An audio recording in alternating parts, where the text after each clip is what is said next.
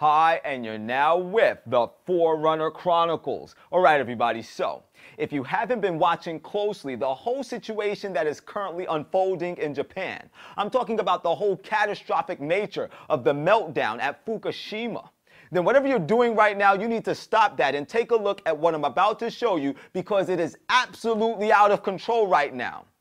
And there may be more to it than what they're telling us on the news. Take a look. Tokyo has announced plans to dump nearly 12,000 tons of radioactive water from the Fukushima plant. Is it really as harmless as the government is making out? Absolutely not, and any other normal circumstances, the release of such volumes of water would be described as catastrophic. There's no concept how to store the radioactive fuel. Plutonium, if it is ingested by a human body, almost certainly leads to the development of cancer. Plutonium is a very, very dangerous and harmful substance which will radiate for many thousands of years. Unsuccessfully trying to restore the cooling system at the facility in what is now the worst atomic crisis since Chernobyl. The plutonium, if it is ingested by a human body, almost certainly leads to the development of cancer. Ladies and gentlemen, what I've just shown you is simply a brief synopsis of the horrific horror show that is currently gripping the hearts of every resident that lives within Japan at this time. And now with them dumping tens of thousands of tons of radioactive matter, highly radioactive matter, into the Pacific Ocean, this situation is no longer one that is solely isolated to Japan alone. This situation is getting ready to impact the lives of tens of millions of individuals all throughout the world. People are getting ready to come down with unexplainable, incurable health conditions, and it will be unbeknownst to themselves how this whole thing has come upon them. One day, their health was good. 3 days later, they're laid up in the hospital suffering from some deadly illness, and they will be oblivious as to how their health went south. And the reason why they'll be oblivious is because currently these individuals have been duped into listening to the peace and safety insidious rhetoric of the politicians and the scientists that are coming on the television set day in and day out, feeding us the same thing. There's nothing to worry about. This won't affect the environment. This won't affect your health. How can we listen to such lies and deception, such nonsense as this? Ladies and gentlemen, life can change in a moment's notice. Just look at what is happening in Japan at this time. This is a first world country we're talking about. One day, they're on the top of the pile. The very next day, they are scrambling feverishly, seeking for a means to stabilize their society, all without warning. But does this mean that the whole situation that is now underway in Japan was not planned? Is it possible that the tsunami that hit Japan, causing catastrophic damage to the Fukushima nuclear plant, was something that was engineered and brought about by a device called HAARP?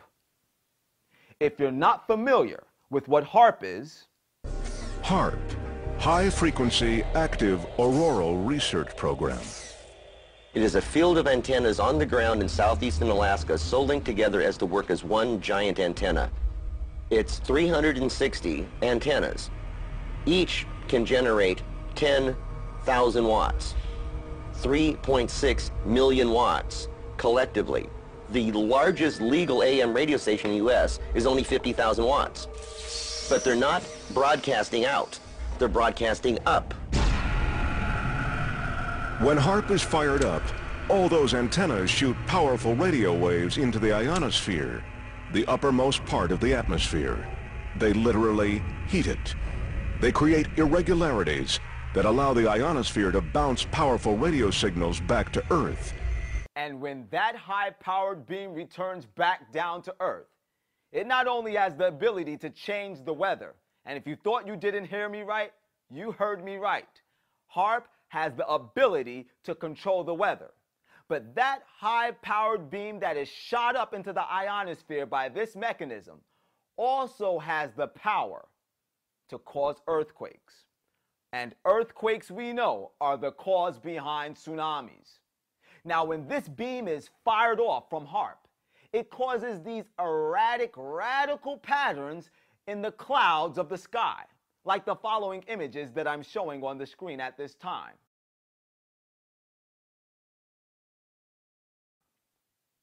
Now, I want you to compare those images that I just showed to you with the following video footage, because what I'm about to show you is actual video of Japan's sky just prior to the tsunami that hit on March the 11th, or should I say on 3/11.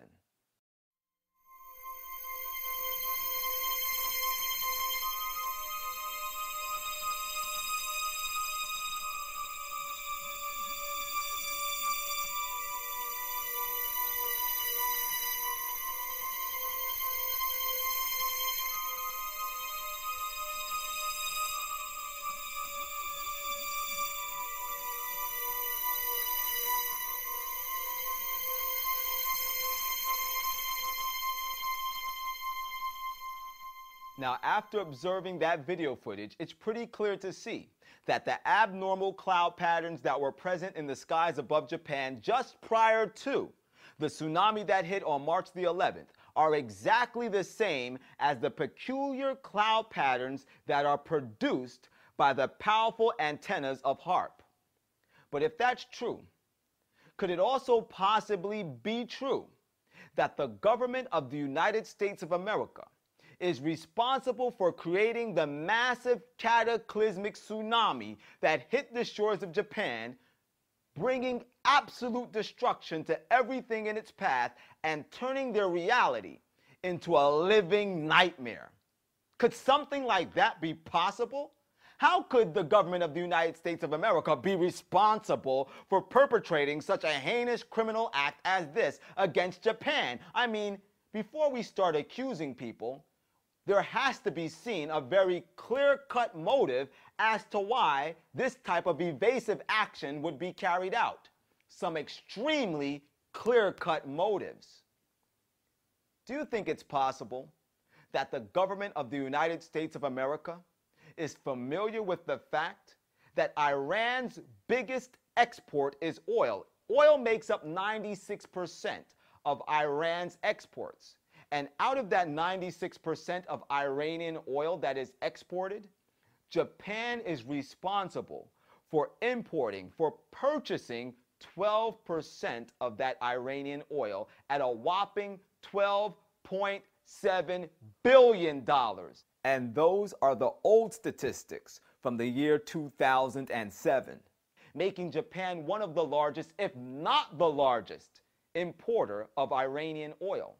And you know, it takes billions of dollars to develop a feasible nuclear program, a feasible Iranian nuclear program, which the government of the United States of America is dead serious about bringing to an abrupt stop.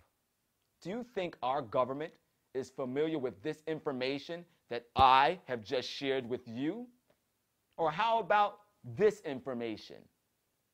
In the February 25th, 2010 publication of the Tehran Times, it is stated that Iran's nuclear program will follow the Japanese model, according to Iranian Representative Ali Larijani.